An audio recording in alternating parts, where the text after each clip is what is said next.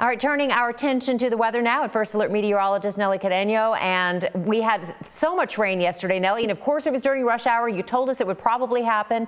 Some folks would get it, some wouldn't. And you and I know, just got hammered with the rain.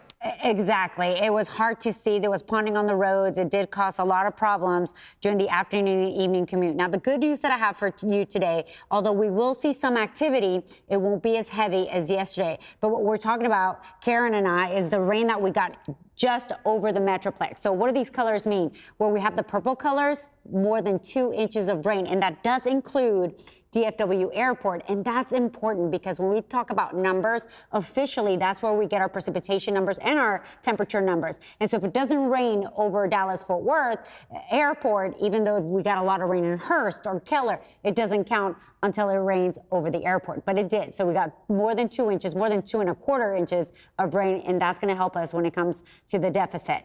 Also, yesterday, hottest day of the year. 96 was the high, but it was the front that caused all of that rain. And so today we're going to drop from 96 to 90. Not a huge drop, but at least we're not looking at 90. So the radar right now, you can see here, it is clear. We have a couple of clouds lingering about, and those are cumulus clouds that are starting to build because we will have just enough instability to see about a 20% chance of a shower or an isolated non-severe thunderstorm happening later on. And I would say this time it will be more of an evening than late afternoon. I would say between 7, 8, and 9 o'clock is when we could see a couple of pop-up showers or non-severe thunderstorms. The temperatures are near 80, so we're going to go up about 10 degrees. In the Metroplex, 90 will be the high. Most of us will stay in the upper 80s for the highs. So the current heat index, a few degrees above. It is a little bit muggy still, even though we had that front come through. So the front now is about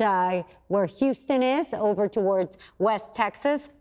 And so we are on the cooler side of it. And the reason I'm showing you the Pacific is that we have our first storm over the Pacific, officially named Amanda. So their season started May 15th. The hurricane season for the Pacific starts May 15th. For us over towards the east, it starts June 1st. So it started a couple of weeks earlier, and so it's getting going. So the first official storm of the season is named Amanda over the eastern Pacific. The Atlantic is when it starts June 1st. So back here, 20% chance, Metroplex South and West, of seeing a pop-up shower. And I'll show you hour by hour. Notice the commute should be fine today. Nothing compared to yesterday. But around 7, 8 o'clock this evening, we start to see a little bit of activity. This is 10 o'clock. And so we could see a little bit that will continue to about midnight. And then any activity will die down.